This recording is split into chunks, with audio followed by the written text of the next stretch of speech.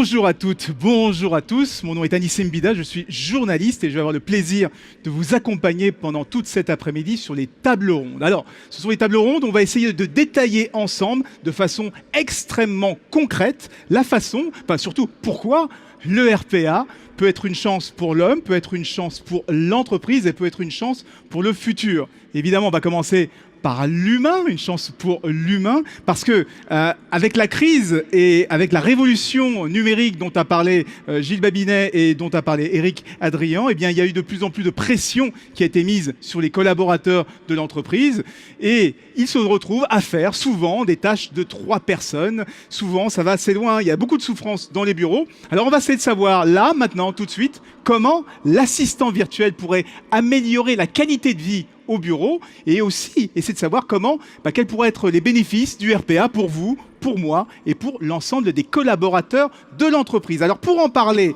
je vais vous présenter mes camarades de jeu. Nous avons autour de cette table Thierry Mouchel, vous êtes de la SNCF, vous êtes en charge de la transformation numérique des centres de services partagés pour les RH à la SNCF. Alors les centres de services partagés, c'est des services mutualisés pour la paye, pour les contrats de travail, pour le recrutement, etc. Et on verra justement que chez vous, l'un des objectifs du RPA, c'est justement d'améliorer cette fameuse qualité de vie au travail. À votre droite, nous avons Philippe Thibault, je vais y arriver. Vous êtes en charge des solutions informatiques transversales d'Alliance, l'assureur, et vous avez mis en place le RPA depuis 2 ans. Et on verra justement comment le RPA, lui, aide les collaborateurs à monter en compétences. À votre droite, nous avons Xavier Muller. Xavier Muller, vous êtes le consultant de la bande, on va dire. Hein. Vous coordonnez l'offre de services robotique et automatisation chez Deloitte. Vous êtes également associé chez Deloitte. Et donc, on compte énormément sur votre expertise pour nous dire ce qui se passe dans différentes industries. Et enfin, à votre droite, à votre gauche, dans la salle, nous avons Yann de Souza. Vous êtes responsable des ressources humaines, c'est UiPath. Et on va voir justement si UiPath fait partie de ces, vous savez, ces bouchers qui ne mangent pas de viande, si justement vous appliquez à vous-même ce que vous préconisez à vos clients. Merci à tous d'être avec moi et on va démarrer tout de suite avec vous Thierry Mouchel, parce que en introduction je disais que on a optimisé les ressources justement et que les gens font beaucoup de travail, donc même avec le numérique, même avec les différentes applications, eh bien il y a quand même des irritants, il y a quand même on se rend compte qu'il y a des choses qu'il faut encore améliorer dans les entreprises. Vous avez des exemples chez vous, j'imagine. Tout à fait. Bonjour à tous. Les irritants, ce sont de réaliser des tâches répétitives, des tâches fastidieuses, des tâches à volume important, à réaliser dans des délais contraints parce que ces tâches s'inscrivent dans le cadre de la clôture comptable mensuelle, oui, dans le cadre de l'élaboration de la fiche de paye. Donc tous ces irritants génèrent du stress chez les agents. Et l'objectif, ça va être justement que les RPA permettent de la réalisation de ces tâches et ainsi libérer du temps pour des tâches à plus forte valeur ajoutée, donc plus motivantes, donc génératrices de qualité de vie au travail. D'accord. Alors donnez-nous un exemple de ce type de tâches très irritantes et comment justement on peut améliorer la qualité de vie au travail. Alors avec un exemple très pratico-pratique qui concerne les notes de frais. Toutes les entreprises ont des applications pour gérer les notes de frais. Une fois qu'une personne a émise la note de frais, on a quand même 30 000 personnes qui émettent des notes de frais à la SNCF sur les 150 000 collaborateurs. Cette note de frais, elle doit être validée par un manager. Du fait du turnover, il y a le tiers des couples émetteurs de notes de frais valideurs qui changent chaque année. Avant la mise en place du RPA, nous avions une personne qui saisissait ces changements de valideur à raison, en gros, d'1 minute 30 par opération, par saisie à effectuer. Et bon, 1 minute 30 par combien de saisies Par jour, en moyenne, une 60aine, puisqu'on a plus de 10 000 par an. Donc, c'est 90 minutes qui sont libérées pour désormais faire du contrôle de notes de frais, qui est une tâche qui génère une valeur ajoutée nettement plus importante que de faire la saisie, d'aller ouvrir dans un portail, chercher le profil agent et modifier le nom du valideur des notes de frais de l'agent. Alors justement, c'est ça, 90 minutes. Qui ne voudrait pas gagner 1h30 de tâches répétitives par jour, c'est aussi ça, pour justement se consacrer sur des choses un peu plus importantes. Est-ce qu'il y a d'autres exemples à la fois chez Alliance ou peut-être on va demander à UiPath, monsieur le boucher qui mangeait, vous mangez de la viande ou pas? On mange de la viande chez nous, oui. Est-ce que vous avez des exemples chez vous, justement, où on améliore la qualité de vie en utilisant ce type d'outils? On a un exemple très concret, par exemple, celui du reporting, où la notion de sens est généralement peu comprise, en tout cas au niveau du middle management et des équipes en dessous. Ce qu'on a fait sur beaucoup de fonctions, on a automatisé une partie, voire complètement le reporting. Et ce qui est intéressant de voir, c'est que déjà plus de 80% de nos collaborateurs nous disent que concrètement, c'est un gain de temps, oui, mais un soulagement également. Parce que c'est une tâche qui justement n'avait pas de sens, en tout cas dans l'immédiat pour eux. Et dans un deuxième temps, ce qui est intéressant d'observer, c'est que ces équipes vont se mettre à prendre ce temps pour analyser, et on va avoir un reporting qui, par exemple, va être beaucoup plus évolutif. Oui. C'est des gens qui vont vraiment s'investir, qui vont investir ces 2h30, 3h en plus, parce que parfois ça va jusqu'à 3h, pour analyser ces reportings, les changer, rendre le reporting beaucoup plus fin, et finalement redonner du sens à cette tâche qui n'en avait pas initialement. Ouais, je ne sais pas si dans la salle il y a des gens qui pensent que le reporting est quelque chose qui a du sens pour eux. Je pense que beaucoup de gens aimeraient l'automatiser. Je vais demander aussi du côté d'Alliance et du côté de Deloitte, justement vous, est-ce que ce que vous consentez, par exemple vous qui avez une vision un peu pan-industrielle, hein, c'est un peu ça l'idée, c'est que simplifier, enlever ces irritants, ça aide après la qualité de vie au travail? Oui, absolument. La RPA permet justement d'automatiser toutes ces tâches récurrentes, rébarbatives. Et donc, quand on est à la recherche d'opportunités d'automatisation, la première question qu'on pose aux collaborateurs, c'est justement quelles sont vos frustrations au quotidien et où est-ce que l'assistant digital pourrait vous aider. Moi, justement, j'ai envie de demander à Alliance, parce que vous aussi, vous avez utilisé des robots, même depuis quelques années. Comment c'est accueilli par les collaborateurs? Comment on embarque les collaborateurs? Comment on leur explique? Parce que j'imagine qu'au départ, quand on dit RPA, ça veut dire robotique, quelque part, il y a du robot. Donc on l'accueille pas forcément bien dans une entreprise. On se dit, tiens, il y a une entreprise, il y a un truc qui va piquer mon boulot, quoi. J'imagine que c'est comme ça. Comment ça a été vécu chez vous? Oui, la première réaction a été celle que vous décrivez. Mais très vite, d'abord, on ne les a pas appelés des robots, mais des assistants digitaux. Ouais. On a expliqué et démontré par l'expérience que ça aide chaque collaborateur au lieu de se substituer à son travail. Ça lui libère du temps, comme ça a été dit, et ça lui permet de se consacrer à des tâches à plus forte valeur ajoutée, complexes, qui est l'âme de son métier. Ça supprime des tâches, mais pas de l'emploi, c'est ça? Absolument. Ça automatise des tâches pour dégager du temps et conserver les collaborateurs sur des sujets à plus forte valeur ajoutée. Et si je peux me permettre, je vous en prie. Ça évite l'externalisation parfois à outrance dans nos organisations d'activités, en privilégiant finalement de garder cette activité en interne, en l'automatisant et en spécialisant plus nos collaborateurs. Donc c'est un effet même d'image appréciable. Mais justement, peut-être, je vais venir avec vous, est-ce qu'il n'y a pas aussi cette idée justement qu'on est capable avec ce type d'outils, c'est pas l'outil qui transforme l'organisation, mais c'est l'organisation. Enfin, on a l'impression que c'est un outil structurant. En fait, non, pas du tout. C'est pas un outil structurant. C'est un outil qui est capable de s'adapter à ce qui existe déjà, qui s'appuie sur ce qui existe déjà. Je vous vois opiner du chef, Johan. Allez-y, répondez si vous avez. Comment ça s'inscrit dans l'organisation? C'est structurant ou pas structurant? Oui, absolument.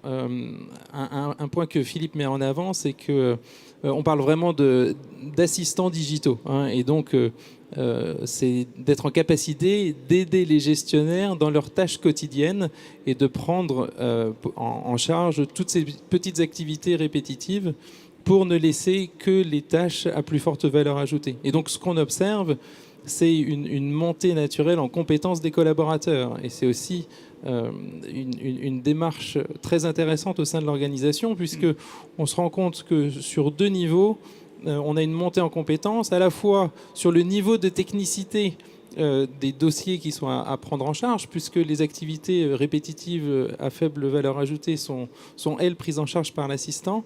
Et donc, lesquelles les plus complexes, là où il faut faire de l'investigation, là où il faut comprendre l'historique des données, de ce qui s'est passé, eh bien, c'est les gestionnaires qui montent en expertise d'un point de vue technique sur ces dossiers. Et le deuxième volet, c'est aussi une montée en expertise sur les soft skills. Hein, c'est-à-dire en français, les soft skills. Donc, c'est tout ce qui a trait à la relation client, à l'empathie, le fait que les cas les plus complexes vont nécessiter d'interagir avec des clients. Et par conséquent, c'est aussi faire en sorte que le collaborateur puisse, plutôt que d'être uniquement sur des fonctions de back-office, apporter plus de valeur aux clients. Thierry Mouchel, sur cette idée de monter en compétence des collaborateurs, ça passe comment chez SNCF?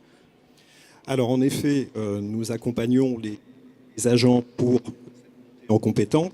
La SNCF investit 7% de sa masse salariale en formation professionnelle. C'est un des plus importants chiffres en France parmi toutes les entreprises. Et je voudrais revenir sur ce qui a été dit sur la notion de robot et de démystification de cette idée de robot. Parce que les premières fois où j'en ai parlé à des acteurs côté métier, pas côté technique, j'avais l'impression que dans leurs yeux, ils étaient en train d'imaginer R2D2 traitant des données. Oui. Donc ça n'est absolument pas ça. Ensuite, le meilleur attaché de presse des RPA, ce sont les performances des premiers RPA qui sont mis en œuvre. Pour avoir assisté à des premiers pilotes lorsqu'on a installé les premiers RPA, là j'ai vu des étoiles dans les yeux de la part des demandeurs côté métier, et ensuite je peux vous assurer qu'ils deviennent très créatifs, très imaginatifs pour penser à des besoins à satisfaire aussi par ces RPA. Oui, c'est pas un robot, hein, c'est pas R2D2 comme on a dit, c'est plutôt des macro-commandes qui vont me simplifier mon boulot de tous les jours. C'est exactement le terme que j'emploie d'ailleurs. Alors du côté de chez Allianz, vous disiez que vous avez donné des noms aux robots, et ça a créé même des nouveaux métiers chez vous? Absolument. Alors chaque robot, on en a à peu près une quarantaine en production aujourd'hui, a un petit nom, il s'appelle quelque chose. Donc Presta par exemple, pour la gestion des comptes santé qu'on réceptionne et qu'on traite automatiquement avec des robots. Et donc ils ont un identifiant, ils ont un nom, et ils créent des nouveaux métiers de gestionnaire de robots, à la fois côté métier et côté informatique, puisque ça redéfinit un peu la relation entre le métier et l'informatique, de par la facilité de mise en œuvre, en fait, très proche du métier, qui fait qu'on crée des rôles dans les métiers de gestionnaire de ces robots aux côtés des opérateurs de gestion, et on crée des métiers côté IT également, différents de ceux existants aujourd'hui. Et donc on n'est pas un robot qui substitue, hein, on remplace des tâches, des petits macro-commandes, on leur donne des petits noms parce qu'on les aime bien, et puis finalement ils règlent le boulot, et surtout ils sont opérés et même parfois contrôlés par les personnes pour justement optimiser encore plus de tâches et enlever encore plus d'irritants. Est-ce que ça peut aller même beaucoup plus loin? Je me tourne vers vous, hein, Yann. C'est que quand on a préparé cette table ronde, vous me disiez que ça peut carrément être un facteur, notamment pour aider les gens. Les gens sont capables de travailler. Écoutez ce qu'il va nous raconter. C'est que les gens utilisent des robots pour pouvoir travailler à mi-temps. C'est ça un peu l'idée? C'est que je veux travailler à mi-temps, et donc c'est l'idée. Voilà. Non, mais moi j'ai dû regarder que le positif. Je mets un robot, je travaille à mi-temps. Formidable. Non, mais c'est vrai que quand on arrive à un certain point de maturité sur l'automatisation, on se rend compte que l'employé tout de suite devient très inventif en fait sur les avantages directs et impactants sur sa vie au travail. Et on a des gens qui spontanément viennent nous voir en nous disant voilà, si je suis capable d'automatiser mes tâches demain, en tout cas, je sais pas, 50% ou 40% ou 30%, est-ce qu'éventuellement on peut adapter aussi mon rythme de travail qui va avec la vie de l'employé? Et il y a un vrai avantage. Il y a également, et on est une petite structure, hein, au final, on n'est pas un grand groupe encore, mais on a dû devenir très mature sur des sujets très rapidement, typiquement la formation, ou même avec la Fondation UiPath, sur du travail pro bono, puisque nos employés qui arrivaient, parce que ce sont des métiers très évolutifs chez nous étant donné la croissance, arrivaient à automatiser de plus en plus de tâches, et donc venaient vers nous en nous disant voilà, j'ai du temps libre et j'ai envie de le mettre en application comme ça. Oui. Donc c'est intéressant de voir que l'employé se prête au jeu et finalement devient très créatif et inventif dans la réinvention de son travail et sa participation à l'entreprise. Xavier Muller, justement, sur cette question de transformer son travail soi-même, qui est cette initiative du collaborateur, là, quelque part. C'est quelque chose que vous voyez quelque part en Europe, dans les entreprises? Alors, ce qui est intéressant, c'est que justement, avec la démarche d'automatisation de RPA, Monsieur Babinet en a parlé au départ, ça transforme les façons de travailler de façon beaucoup plus agile.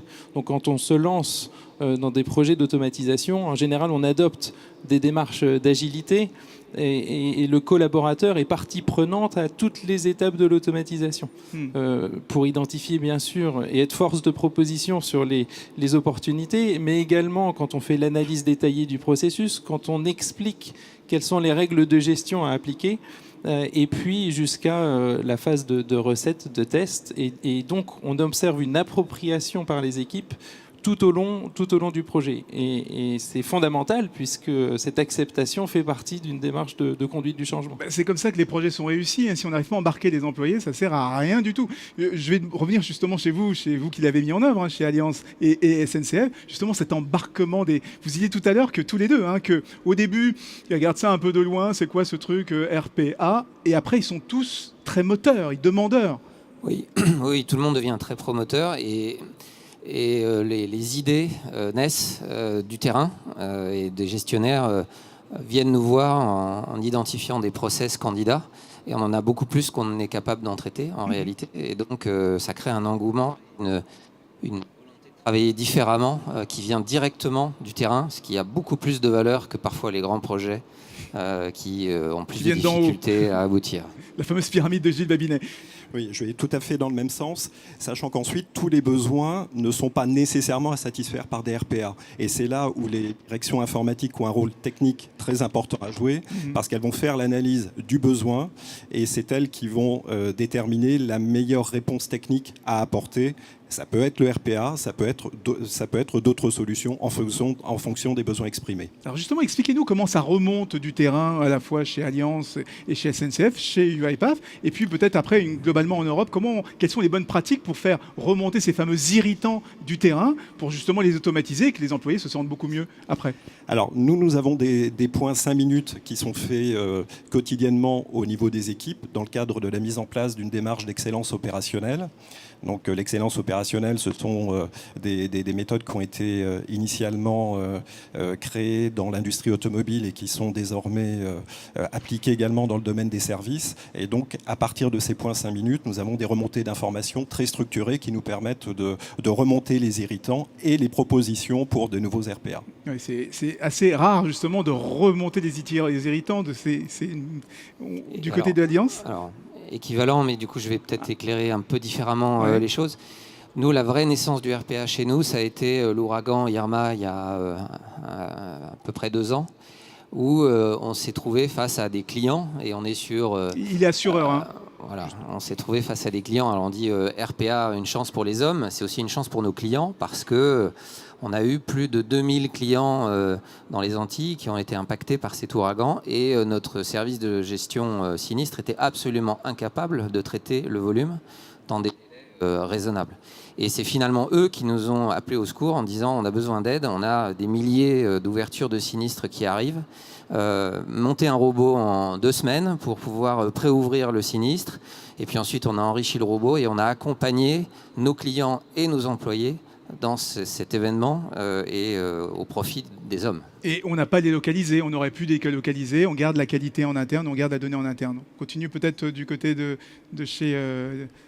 Donc, ce qu'on observe, c'est que la RPA est un des leviers de l'excellence opérationnelle qui s'inscrit dans un programme de transformation digitale. Et c'est là où on touche à l'industrialisation de la démarche. C'est là où on touche à la création de nouvelles fonctions, à la création de centres de compétences et au fait qu'il faut un programme structuré pour pouvoir faire la part des choses et faire en sorte qu'on puisse combiner les bonnes technologies ensemble. On en parlera plus tard avec l'avènement de l'intelligence artificielle.